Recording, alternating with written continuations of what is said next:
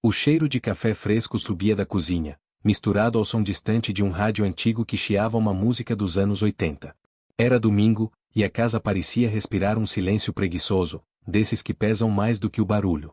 A luz da manhã entrava pelas frestas da cortina, desenhando listras douradas no chão de madeira. Tudo estava no lugar, os quadros tortos na parede, o vaso de flores murchas sobre a mesa, o mesmo relógio que batia teimosamente, como se lembrasse que o tempo nunca para, mesmo quando a gente finge que sim. Sentei-me à mesa, observando o vapor sair da caneca.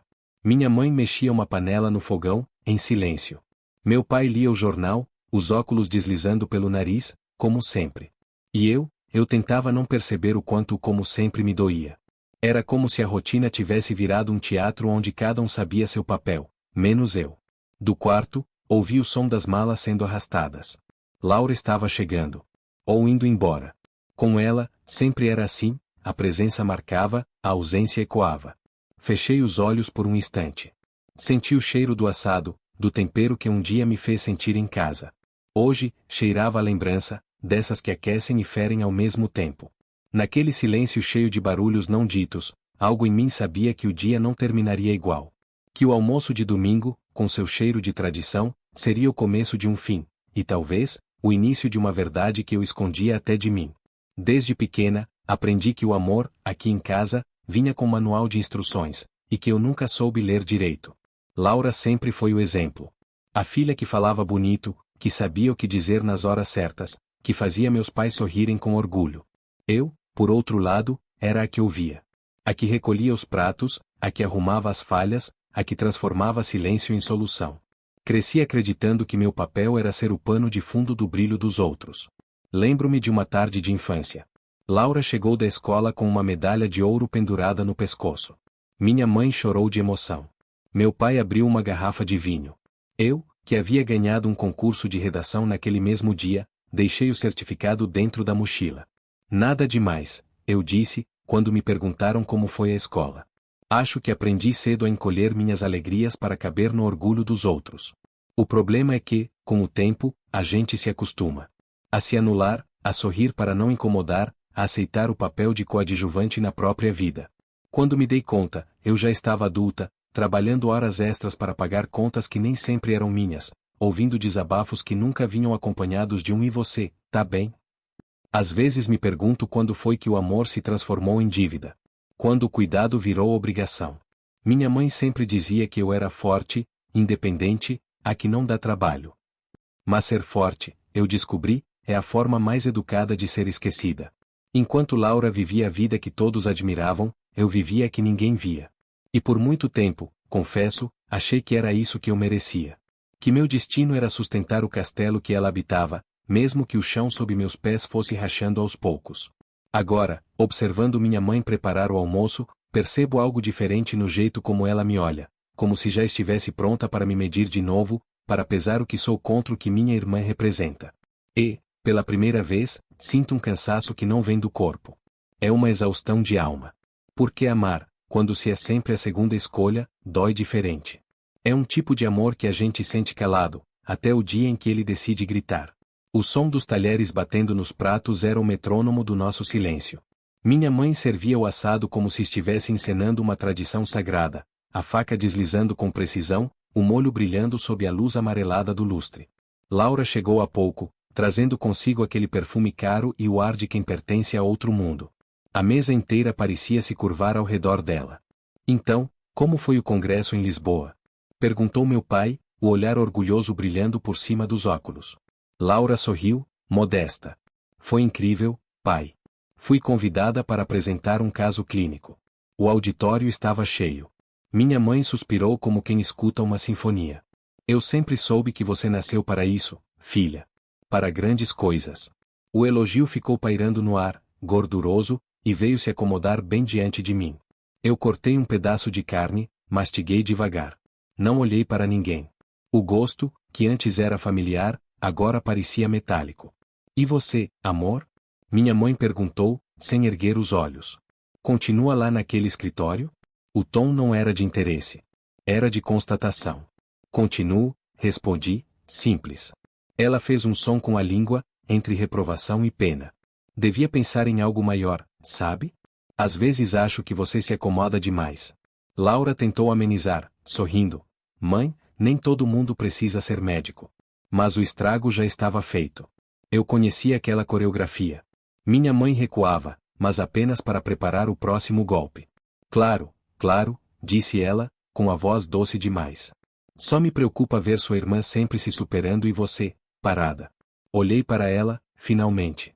Parada? Sim, continuou, com a mesma serenidade perigosa. Você tem potencial, mas parece que falta ambição. Laura é uma mulher feita, respeitada.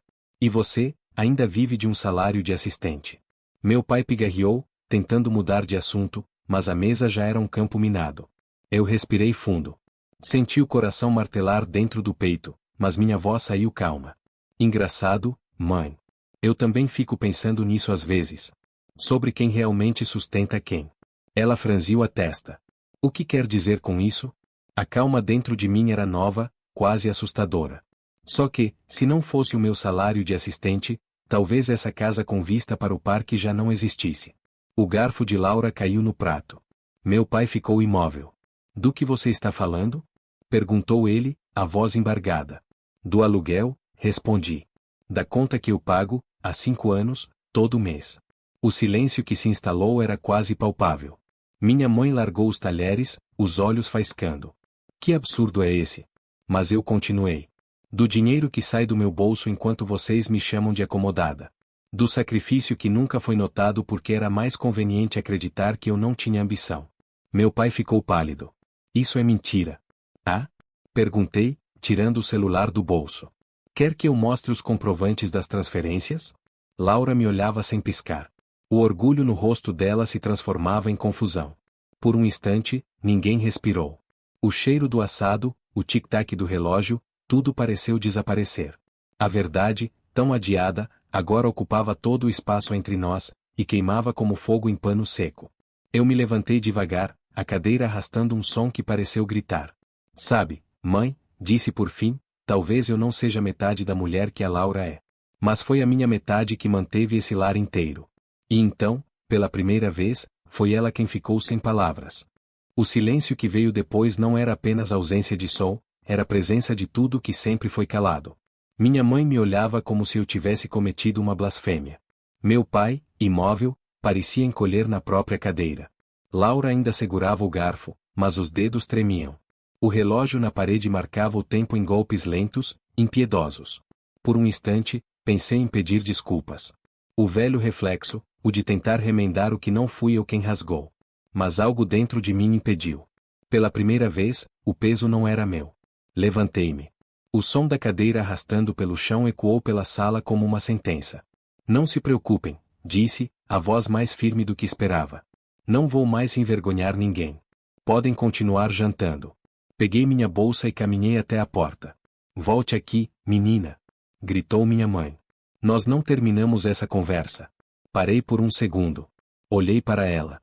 A gente nunca começou, mãe. Só que agora eu aprendi a escutar o meu próprio silêncio. Fechei a porta com cuidado, sem estalo.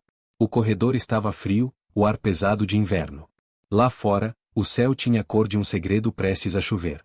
Desci as escadas devagar, cada passo um eco dentro de mim. Quando alcancei a rua, o vento me acertou o rosto como um choque, não de dor, mas de lucidez. Caminhei sem direção por alguns quarteirões. Os sons da cidade voltavam aos poucos, um cachorro latindo, o barulho distante de uma moto, o farfalhar das árvores. Era como se o mundo estivesse me devolvendo a audição depois de anos de surdez emocional. Peguei o ônibus de sempre, sentei na última fileira. O vidro estava embaçado e desenhei nele um círculo com o dedo, o mesmo gesto que fazia quando era criança, para distrair o nervoso. Revi tudo em câmera lenta, os olhares, a frase, o instante em que decidi falar. E percebi que não havia culpa, apenas um cansaço sereno. Enquanto o ônibus seguia, as luzes da cidade passavam como flashes, pedaços de vidas anônimas. Pensei em Laura. No que ela devia estar sentindo. No que viria depois. Mas, pela primeira vez, deixei de tentar adivinhar. Cheguei em casa. O apartamento pequeno me recebeu com silêncio, mas um silêncio diferente, leve, honesto. Acendi uma vela, mais por costume do que por fé. O reflexo da chama dançava no vidro da janela, como se celebrasse algo invisível. Talvez fosse liberdade. Ou o começo dela. E ali, sozinha, percebi, a paz não é o que a gente encontra quando tudo se resolve. A paz é o instante em que a gente para de fingir que ainda deve explicação a quem nunca quis entender. A noite seguinte foi longa. Não havia sono que chegasse, só lembranças, deslizando entre o presente e o passado como fantasmas silenciosos. Cada objeto naquele pequeno apartamento parecia carregar uma história que ninguém nunca ouviu. A chaleira amassada no fogão? Comprei quando ainda trabalhava 3 turnos seguidos no hospital, para pagar o tratamento do meu pai. A manta no sofá? Presenteei a minha mãe no último Natal, mesmo depois dela ter esquecido o meu. E a foto antiga, presa com fita na parede, de mim e de Laura com uniformes escolares? Um retrato do tempo em que eu acreditava que amor bastava. Mas amor, na nossa casa, sempre teve a forma do sacrifício. Desde pequena, aprendi a ser o ponto de equilíbrio, a que cedia, a que calava, a que consertava tudo antes que quebrasse de vez. Lembro do dia em que meu pai perdeu o emprego. Ele ficou semanas sem sair do quarto. Mamãe chorava em silêncio, Laura ainda era uma adolescente rebelde. Eu tinha acabado de passar na faculdade de literatura, o meu sonho. Mas o dinheiro das mensalidades virou o dinheiro do aluguel. É só por um tempo, pensei. Esse tempo durou quase 10 anos. Trabalhei em lojas, cuidei de idosos, dei aulas particulares, e nunca reclamei. Cada vez que alguém me dizia você é tão madura, eu sorria, mas por dentro, aquilo soava como uma sentença. Ser madura, para mim, sempre significou não ter escolha. Os anos passaram, enquanto Laura se formava, casava, viajava, eu ficava. Eu era o alicerce invisível, aquela que segura, mas nunca aparece na foto. Uma vez, aos 27, me apaixonei. Um rapaz simples, honesto, que queria ir comigo para outra cidade. Cheguei a fazer as malas. Mas, naquela mesma semana, mamãe adoeceu. E sem pensar 2 vezes, desfaço tudo. Ele partiu, e eu fiquei. Família vem primeiro, repeti a mim mesma. Mas o que ninguém disse é que às vezes, ao colocar todos em primeiro lugar, a gente se apaga da própria história. Pensei nisso enquanto o vento batia na janela naquela noite. Por que eu sempre precisei merecer o mínimo? Porque amar significava sempre perder um pedaço de mim? Fechei os olhos e me vi criança de novo, sentada no chão da cozinha, ouvindo meus pais brigarem atrás da porta. Lembro do medo de que o barulho aumentasse, do jeito que eu contava respirações até o silêncio voltar. Aquela foi a primeira vez que aprendi o poder do silêncio, e o preço dele. No fundo, minha explosão no jantar não foi sobre aquela frase da minha mãe. Foi sobre todas as vezes que me calei. Sobre o diploma que nunca pendurei. Sobre o amor que deixei ir. Sobre o tempo que nunca mais volta. Talvez eles nunca saibam o que custou. Talvez nunca entendam que cada escolha minha foi, na verdade, um gesto de amor disfarçado de obediência. Mas agora, sentada no escuro, com a cidade dormindo lá fora, eu entendi algo simples e devastador. Eu não precisava que eles reconhecessem o que fiz. Eu só precisava parar de esquecer quem eu era. Acendi outra vela. O fogo tremulava como se respirasse comigo. E pela primeira vez, o passado não doía, apenas contava sua história, enfim, em voz alta. O café da manhã na praça parecia comum, mas cada mesa, cada garçom, cada risada distante era um lembrete de que aquele encontro seria tudo menos normal. Laura chegou pontual, como sempre, mas o sorriso que trouxe não alcançava os olhos. Havia uma tensão no ar, quase elétrica, que fazia meu peito doer e as mãos suarem. Sentei-me diante dela, a bolsa discretamente entre nós. Ela me olhou, curiosa, mas havia uma sombra de desconfiança. O que é isso? Perguntou, apontando para a alça da bolsa. A verdade, respondi, calmamente. Deslizei o envelope pardo até ela. Dentro, 5 anos de extratos bancários, cada transferência que fiz para a imobiliária dos meus pais, cada e-mail e mensagem de pedido de ajuda que eu havia guardado. Seus olhos percorreram os documentos com uma mistura de choque e incredulidade.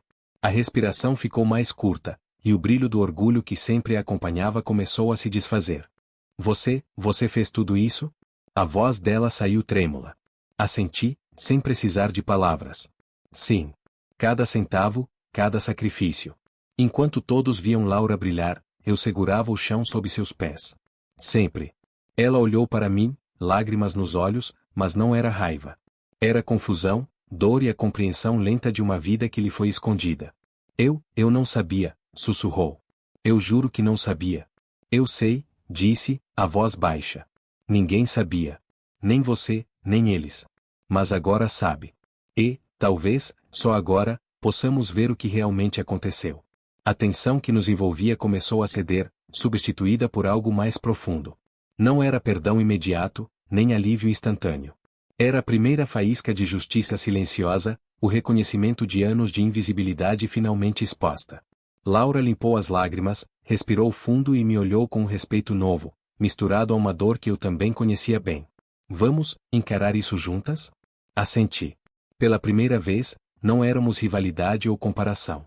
Fomos duas irmãs, diante da verdade que ninguém queria enfrentar, prontas para reconstruir um vínculo que nunca deveria ter sido quebrado. E naquele instante, senti uma força que não vinha de mim sozinha. Era a força de tudo que eu havia suportado, e agora, finalmente, podia ser compartilhada. O caminho de volta para o apartamento dos nossos pais parecia menor, como se o peso que carregávamos tivesse diminuído. Laura caminhava ao meu lado, o passo hesitante, mas firme. Havia algo novo no olhar dela, não mais julgamento, mas compreensão. Sabe, começou, a voz baixa, quase um sussurro. Sempre achei que eu era a única pressionada, a única que precisava corresponder. Mas, você sofreu tanto quanto eu. Talvez até mais. Assenti, sentindo uma onda de alívio silencioso. Era a primeira vez que ouvíamos a mesma história, a mesma dor, sem comparações. Por anos, fomos duas vítimas da mesma narrativa, duas peças de um jogo que ninguém nos explicou. Acho que podemos fazer diferente, continuou ela, respirando fundo. Não precisamos mais deixar que eles nos controlem com culpa ou segredo. O silêncio que se seguiu não era pesado, era cheio de promessa. Pela primeira vez, éramos irmãs, não rivais. Duas mulheres que escolheram se apoiar, mesmo diante de uma família que sempre mediu afeto com expectativa e sacrifício. Quando entramos no apartamento, a atmosfera estava carregada de tensão, mas não da nossa parte. Minha mãe começou o discurso habitual de reprovação, mas Laura ergueu a mão, firme. Chega. Nós sabemos a verdade. E não vamos mais ser manipuladas. Meu pai abriu a boca para intervir, mas nada saiu. Pela primeira vez, não tínhamos medo. A verdade nos deu poder, e não ressentimento. Naquele momento, percebi que crescer não significa apenas sobreviver à dor, mas aprender a transformá-la. Nossa relação, marcada por anos de comparação e silêncio, encontrou uma nova forma, respeito mútuo e verdade compartilhada. E assim, pela primeira vez, não éramos sombras de expectativas alheias. Éramos inteiras. Meses depois, o ateliê em Ouro Preto se tornou meu refúgio. A luz do fim de tarde atravessava as janelas barrocas, desenhando sombras douradas sobre telas em branco e pincéis mergulhados em cores ainda por descobrir. O cheiro de tinta misturava-se à terra molhada do quintal, lembrando-me que a vida cresce, mesmo depois de tanta dor. Sentei-me diante de uma nova tela, pincel em mãos, mas não para esconder sentimentos, para revelá-los. Cada traço era um pedaço de liberdade, cada cor, uma lembrança de quem eu sempre fui, antes que comparações e expectativas me moldassem. Pensei em Laura. Nos meses que se seguiram ao encontro, construímos um diálogo silencioso, mas profundo. Não éramos perfeitas, ainda havia cicatrizes, mas havia verdade, e com ela, respeito. Finalmente entendemos que éramos vítimas da mesma história. Duas mulheres que amavam de maneiras diferentes, que sofreram de formas distintas, mas que compartilhavam uma força que ninguém poderia tirar. O vento entrou pela janela, balançando a cortina, e senti um alívio silencioso. Percebi que meu valor nunca veio de aplausos, de elogios, nem de comparações. Ele sempre esteve dentro de mim, esperando apenas que eu o reconhecesse. Lembrei das longas noites de sacrifício, das lágrimas engolidas, dos sonhos deixados de lado. Tudo isso não me apagou. Pelo contrário, me fez inteira. Olhei para fora e vi a cidade dourada pelo sol poente. Cada igreja, cada rua de pedra parecia sorrir, testemunha silenciosa da minha libertação. A paz que senti não era a ausência de passado, era a aceitação dele, a capacidade de caminhar adiante sem medo. E ali, entre tintas, memórias e luz, compreendi algo simples e profundo: a liberdade não vem de mudar o mundo. Ela nasce quando decidimos ser fiéis à nossa própria verdade. Sorri, finalmente leve. Porque ser inteira não é sobre vencer outros ou provar nada. É sobre se reconhecer, se honrar, sobretudo, escolher a si mesma. E você? Que parte da sua verdade ainda espera ser ouvida?